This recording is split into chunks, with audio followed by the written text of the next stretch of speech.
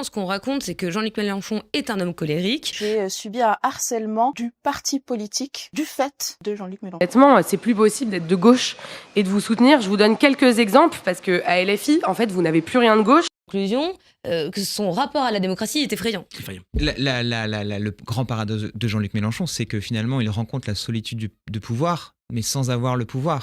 Et aujourd'hui, c'est un homme très seul. Et ben on va en parler de Mélenchon et le pouvoir. Quand j'étais jeune, On vous retrouve pour une deuxième émission. je n'avais jamais besoin de personne.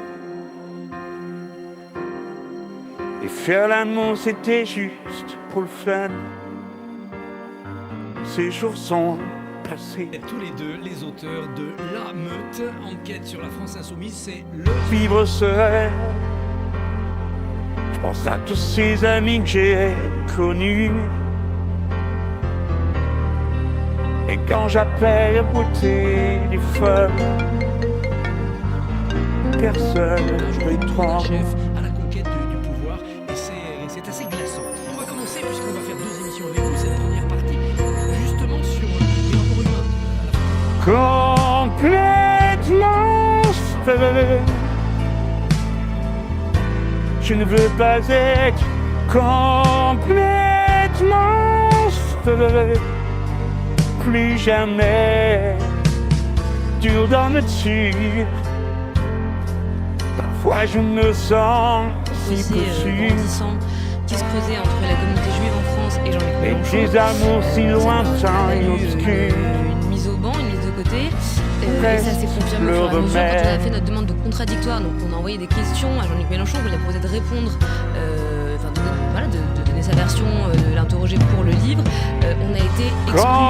Complètement seul. Je ne veux pas être complètement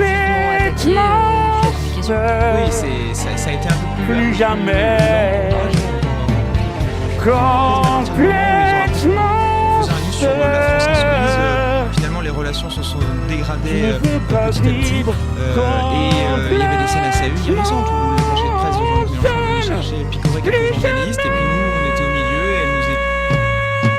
Quand j'étais jeune, je n'ai jamais eu besoin de personne. Faire l'amour juste pour ces jours sont révolus. Je vis seul.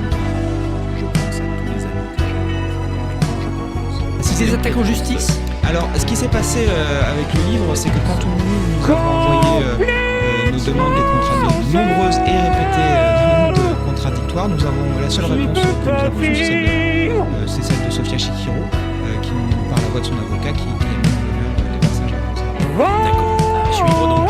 Vous dites, page 48, enfin un de vos témoins dit la violence de LFI aujourd'hui vient du caractère de Mélenchon. Vous adhérez à cette thèse presque psychologique ou est-ce que c'est inhérent plus à l'idéologie de ce parti? Alors justement, ce qu'on raconte, c'est une interprétation. Ce qu'on raconte, c'est que Jean-Luc Nous révélons dans le livre notamment les échanges de boucles WhatsApp où par des messages très violents on exclut des gens ou alors on soupçonne des gens de pas trop parler à la presse, donc on les vire de boucles Telegram. Ça peut être aussi Raquel Garrido qui subit les insultes de nombreux lieutenants de Jean-Luc Mélenchon pour avoir eu l'outrecuidance de faire une interview dans laquelle elle a juste exprimé un désaccord stratégique. Mais ça ne reste que de la politique. Que la politique.